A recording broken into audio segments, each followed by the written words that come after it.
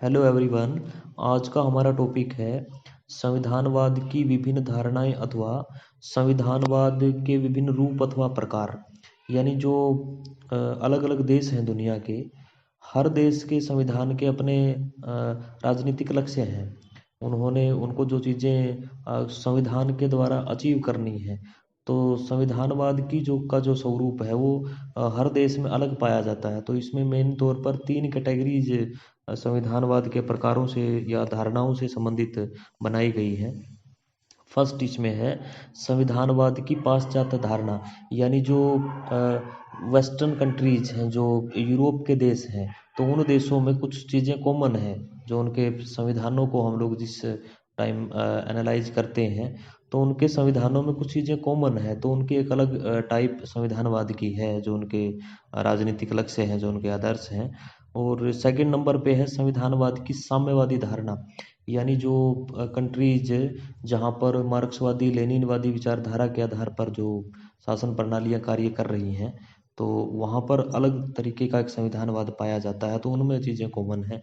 और third number पे है जो विकासशील देश हैं, जो डेवलपिंग कंट्रीज हैं, तो वहाँ पर उनकी अपनी राजनीतिक समस्याएं हैं, जिनका समाधान उनको संवैधानिक तौर पर चाहिए। उनकी अपनी सिचुएशंस हैं। तो वहाँ पर का जो संविधानवाद है वो थर्ड कैटेगरीज में आता है। तो तीन जैसे इसके रूप पाए जाते हैं। तो आज हम लोग अभी फिलहाल जो बात कर रहे हैं वो करेंगे संविधानवाद की पश्चिमी जो धारणा है। अब इसमें जो मेन चीज़ है, सबसे पुरानी ये विचारधारा रही है जो वेस्ट यूरोपियन जो कंट्रीज हैं, और एक रोल मॉडल के तौर पे भी मानी जाती है। जब भी किसी देश के संविधान को परखना है, तो यूरोपियन कंट्रीज के कॉन्स्टिट्यूशन के बेस पे ही चीज़ों को अच्छी है बुरी है उस आधार पे आंकने की का जो एक ट्रेंड है वो अब भी चल रहा है। तो उदारवादी दर्शन का एक ये प्रतीक है। इसमें फ्रीडम को अहम माना गया है पश्चिमी धारणा में। और मेन तौर पर इसमें दो सब कैटेगरीज बनाई गई हैं। पहली है सीमित सरकार की परंपरा, tradition of A limited government. यानी सरकार को कंट्रोल करने के लिए कुछ चीज़ें उन्होंने संवैधानिक तौर पर रखी हैं।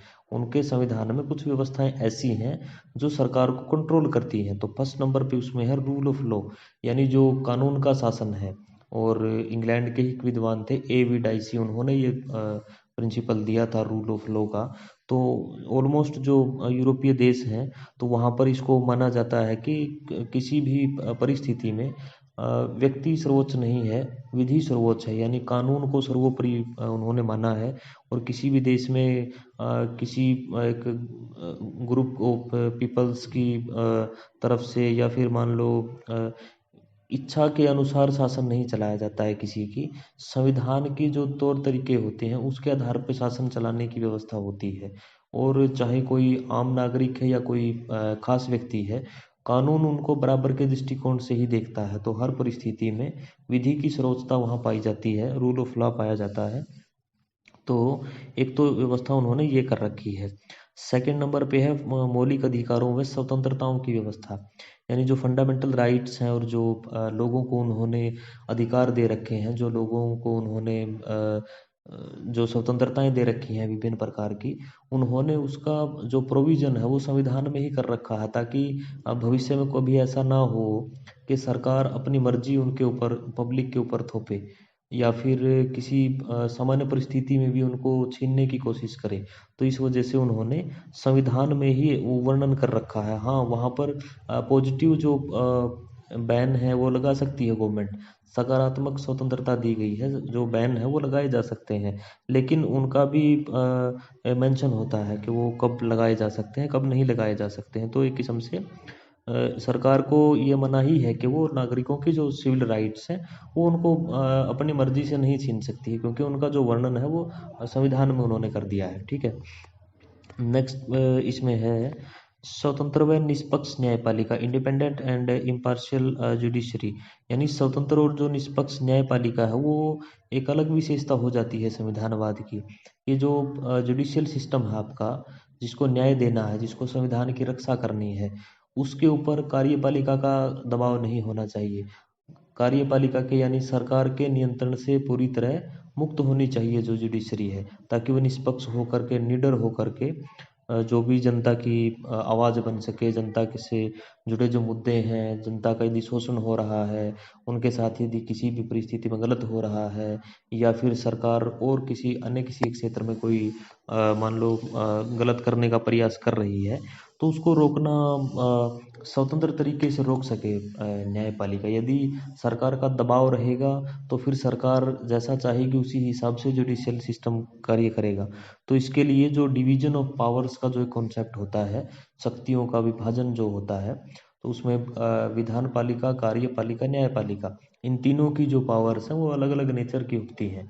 विधान पालिका की कानून बनाने की होती है, कार्यपालिका की लागू करने की होती है, और न्यायपालिका की न्याय देने की होती है। तो न्याय जो देने की व्यवस्था है उसको पूरी तरह स्वतंत्र तरीके से न्यायपालिका बिल्कुल निडर होकर के बिल्कुल फ्रीली वो जस्टिस कर सके। तो ऐसी व्यवस्था की गई है संवैधानिक तौर पर। फोर्थ नंबर पे इन्होंने सेपरेशन ऑफ पावर्स, यानी जो शक्तियों का जो एक किस्म से सेपरेशन किया गया है, जैसा हम लोग अभी बात कर भी रहे थे। तो तीनों जो अंग हैं, तीनों अंगों को अलग अलग कार्य दिए गए हैं, जैसा दिए जाने चाहिए। ये एक अच्छा ट्रेडिशन है। विधान पालिका को केवल विधायी कार्य दिए गए हैं, कानून निर्माण से संबंधित। कार्यपालिका को कानून लागू करने से संबंधित उन्होंने संविधान के द्वारा ही चीजें बांट रखी हैं।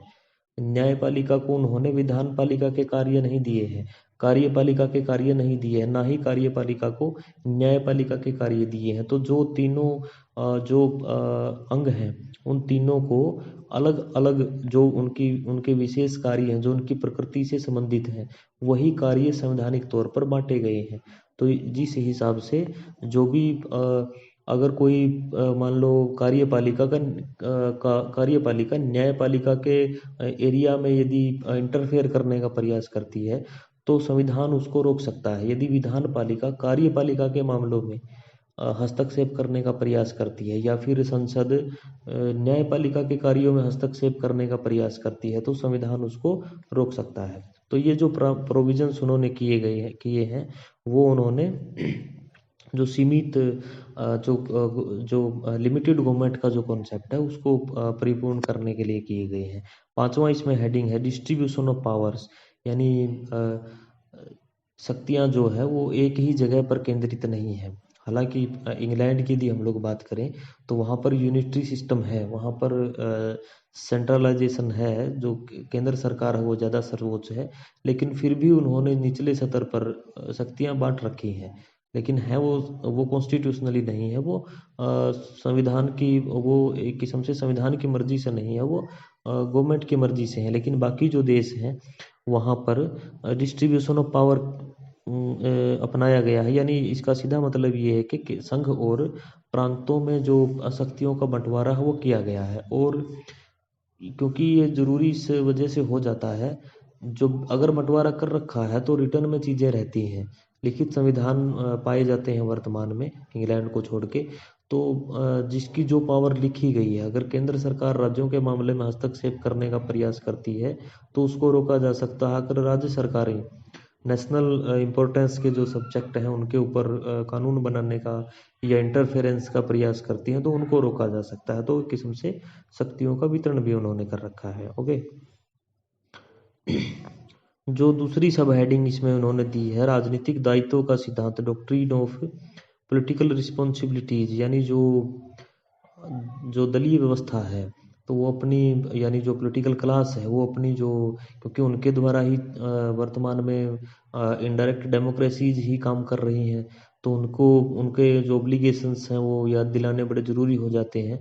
तो इसके लिए भी प्रोविजंस किए गए हैं।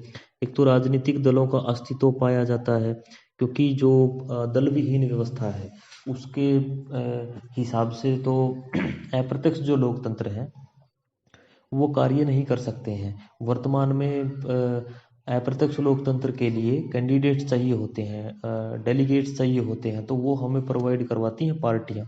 विभिन्न विचारधाराओं के आधार पर, विभिन्न सिद्धांतों के आधार पर, गठन के अलग अलग आधार हो सकते हैं। उस आधार पर अलग अलग पॉलिटिकल पार्टीज पाई जाती हैं, और पॉलिटिकल पार्टीज का जो एग्जिस्टेंस है वो इन देशों में है।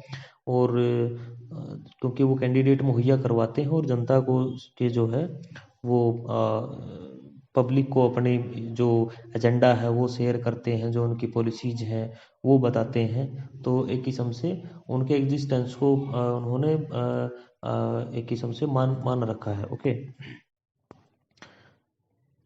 सेकंड इसमें है इलेक्शन ऑन प्रॉपर इंटरवल्स, यानी जो चुनाव है वो निश्चित समय पर नियतकालीन चुनाव की व्यवस्था कर रखी है। 5 साल के लिए जनरली जो इलेक्शन की व्यवस्था होती है, और इसमें क्योंकि जो पॉलिटिकल क्लास है उसके ऊपर, या जो रूलिंग पार्टी है या अदर जो पार्टियां हैं, उनके ऊपर ये प्रेशर रहता है कि 5 साल के बाद फिर पब्लिक को फेस करना है। तो वो पब्लिक के जो डिमांड होती हैं, जो प्रॉब्लम्स होती हैं, उनको उठाने के लिए मजबूर रहते हैं। यानी जो जनता का समर्थन है, मैंडेट के बिना सरकार काम नहीं कर पाएगी, बिना बहुमत के सरकारें नहीं आ पाएंगी। तो एक इंटरवल के बाद, एक निश्चित समय अंतराल के बाद उनको पब्लिक में जाना होता है। तो इस वजह से वो हर संभव यह कोशिश करते हैं कि कैसे भी करके पब्लिक को अपने फेवर में कन्विंस रखें, वो अपने समर्थन में रखें, ताकि उनकी सरकार बन सके। ठीक है। तीसरा इसमें है पब्लिक ओपिनियन, जनमत, यानी जो राजनीतिक दायित्वों को प्रदर्शित करने का एक अन्य सशक्त माध्यम होता है, और इसको लोकतंत्र का प्राण भी इसको कहा जाता है। जनमत स्वतंत्रता का प्रहरी होता है, सहायक होता है। अलग अलग वेरियस मेथड्स हैं जिसके द्वारा जो पब्लिक ओपिनियन है वो जाहिर होता है, वो साझा किया जाता है, वो सामने आता है। चाहे वो जो न्यूज़पेपर्स हैं उनके द्वारा भी आ सकता है, सरकार की आलोचना की जा सकती है, जो व्यू होता है पब्लिक का वो सामने आ सकता है। इलेक्ट्रॉनिक मीडिया के थ्रू आ सकता है, प्रिंट मीडिया के थ्रू आ सकता है आपका। जो भी, जैसे कोई अगर कोई बड़ी रैली हो रही है उसके द्वारा आ सकता है। चुनाव में भी पब्लिक ओपिनियन का एक अहम रोल रहता है, क्योंकि लगभग यह देखा जाता है कि जो पॉपुलर जो गवर्नमेंट होती है, तो पब्लिक ओपिनियन के बेस पे ही वो पॉपुलर होती है। तो इस वजह से पब्लिक ओपिनियन बहुत ज़रूरी हो जाता है। और जनमत एक ऐसा प्रभावशाली है, एक ऐसा एक सोर्स आप लगा लो उसको, एक ऐसा हथियार हम लोग लगा सकते हैं, जिससे जो चाहे वो डेमोक्रेटिक गवर्नमेंट हो, चाहे वो डिक्टेटरशिप हो, वहाँ पे एब्सोल्यूट गवर्नमेंट हो, तो उनको पब्लिक ओपिनियन को ध्यान में ज़रूर रखना होता है। और पब्लिक ओपिनियन के आधार पर ही सरकारें चलती हैं। कोई भी ऐसी कोई कानून है, कोई पॉलिसी है सरकार नहीं लाना चाहती या नहीं लागू करवा सकती, जो पब्लिक नहीं चाहती है। और कोई इश्यू दबाया भी नहीं जा सकता है धक्के से, क्योंकि लोग चाहते हैं कि उसके ऊपर कार्यवाही होनी चाहिए, तो गवर्नमेंट को कार्यवाही करनी पड़ती है। तो कोई भी ऐसा काम ऐसा हो सकता है। तो जनमत को ध्यान में रखना बड़ा ज़रूरी होता है सरकारों के लिए, जो भी जो पश्चिमी देशों की, क्योंकि हम लोग बात कर रहे हैं। ठीक है। और फोर्थ नंबर पे इसमें आ जाता है परंपराएं व सामाजिक बहुलवाद, यानी प्रत्येक देश की जो राजनीतिक व्यवस्था है, वहाँ की जो प्रचलित परंपराएं होती हैं, दुनिया का चाहे कितना ही आधुनिक, कितना ही विकसित देश हो, लेकिन ट्रेडिशंस वहाँ पर भी होते हैं। कुछ चीज़ें वहाँ पर भी ऐसी होती हैं जो लंबे टाइम से सोसाइटी जिनको मान रही है, राजनीति में जिनकी एक भूमिका हो जाती है, जिनको स्वीकार्यता मिली होती है, और जिनके बिना वहाँ की जो सोसाइटी है वो वहाँ पे ना तो चेंज किया जा सकता है, ना ही चीज़ों को लागू वहाँ पे किया जा सकता है। तो वहाँ पर जो भी प्रत्येक देश की सरकार होती है, वह इन परंपराओं को, सामाजिकता जो से जुड़ी हुई, जो बहुलवाद से जुड़ी हुई जो चीज़ें रहती हैं, तो उनके ऊपर उनका पूरा फोकस रहता है। और वो उनको चेंज करने की कोशिश नहीं करती। यानी जो पब्लिक का एटीट्यूड है, पब्लिक का जो एक मूड है, उन जो परंपराओं के प्रति, उसको ध्यान में रखा जाता है। फॉर एग्जांपल, इंग्लैंड में जो लॉर्ड हाउस है, और जो वहाँ पे राजा सम्राट का जो पद है वर्तमान में, जो राजतंत्र की व्यवस्था, तो इसमें कोई ना तो ज़्यादा पावर अभी महारानी एलिजाबेथ द्वितीय हैं, सम्राज्ञी के तौर पर क्वीन है जो वहाँ की, तो ना तो क्वीन के पास कोई पावर है, और ना ही जो लॉर्ड हाउस है उनका, उसके पास कोई पावरफुल पावर है। लेकिन उसके बावजूद भी लोग वहाँ ख़त्म नहीं करना चाहते हैं, क्योंकि उनकी आस्था है। अब सरकार कोई भी वहाँ पे आई, तो वो सरकार का भी व्यू वैसा ही है कि इन संस्थाओं को जैसी है ये एज इट इज़ उसी नेचर में इनको चलने देना चाहिए, तो उनको चेंज करने का वो रिस्क नहीं लेना चाहते हैं। तो इट इट मीन्स जो भी जैसे वहाँ पे कम्युनिटी के बेस पे जो चीज़ें मानी जाती हैं, तो उनको कोई कास्ट हो सकता है इंडिया के रिगार्डिंग हम लोग लगाए, क्योंकि हम लोग वेस्टर्न कंट्रीज की बात कर रहे हैं। तो वहाँ पे जो भी परंपराएं रहती हैं उनको पालन करने की जो एक जिम्मेदारी है वो सरकारों को उठानी पड़ती है। अ, इसमें लास्ट जो पॉइंट है वो है फ्रीडम ऑफ प्रेस, प्रेस की स्वतंत्रता। यानी किसी देश के जो जो भी जैसे मीडिया है, मीडिया के जो अभिव्यक्ति के जो साधन है, अभिव्यक्ति के साधनों में मीडिया सबसे स्ट्रॉन्ग माना जाता है, और इसको fourth pillar of the democracy कहा जाता है, यानी लोकतंत्र का चौथा स्तंभ इसको कहा जाता है। तो जो मीडिया है, मीडिया को फ्रीली काम के करने की आज़ादी है या नहीं है, ये भी देखने वाली बात होती है। तो जो freedom of speech and expression है, उसके तहत ही प्रेस की जो लिबर्टी है, जो फ्रीडम ऑफ प्रेस है, उसको भी वैलिडेट किया गया है, उसको भी एक किस्म से सही माना गया है कि हाँ, अभिव्यक्ति का ये अच्छा साधन है। आप प्रिंट मीडिया में कुछ चीज़ें आप शेयर कर सकते हो, आप इलेक्ट्रॉनिक मीडिया का यूज़ कर सकते हो। आज के टाइम पे इंटरनेट अवेलेबल है, व्हाट्सएप है, ट्विटर है, बहुत सारी चीज़ें हैं। सोशल मीडिया पे आप लोग लिख सकते हो, कमेंट कर सकते हो, टैग कर सकते हो। तो ये फ्रीडम को यूज, यानी जो प्रेस की जो स्वतंत्रता है, ये सारी इसमें आते हैं। अभिव्यक्ति की जो स्वतंत्रता है, ये उसमें आते हैं। तो इन देशों में प्रेस को भी एक किस्म से राजनीतिक दबाव में नहीं रखा जाता है। तो एक और ये पावरफुल मीडियम है ये, कि पब्लिक ओपिनियन को बढ़ाने के लिए, पब्लिक ओपिनियन को जागृत करने के लिए। ठीक है। तो इन देशों में जो भी सरकार में, क्योंकि सरकार काउंटेबल रहती है, यदि प्रेस आपकी फ्रीली काम कर रही है और वो अगर सरकार अपने सतर पर कोई गलत चीज़ करती है, प्रेस उसका विरोध कर रही है, जो भी जैसे मीडिया है वो उसको हाईलाइट कर रहा है चीज़ों को कि हाँ, यहाँ पर सरकार गलत है, तो फिर सरकार अवेयर रहती है, तो अकाउंटेबल रहती है, उत्तरदायी रहती है, जवाबदेही सरकार की मानी जाती है। तो इस वजह से वहाँ पर प्रेस की स्वतंत्रता का भी संवैधानिक तौर पर प्रावधान किया गया, यानी जो अभिव्यक्ति की स्वतंत्रता है उसमें ही प्रेस की स्वतंत्रता को मेंशन किया गया है। ओके।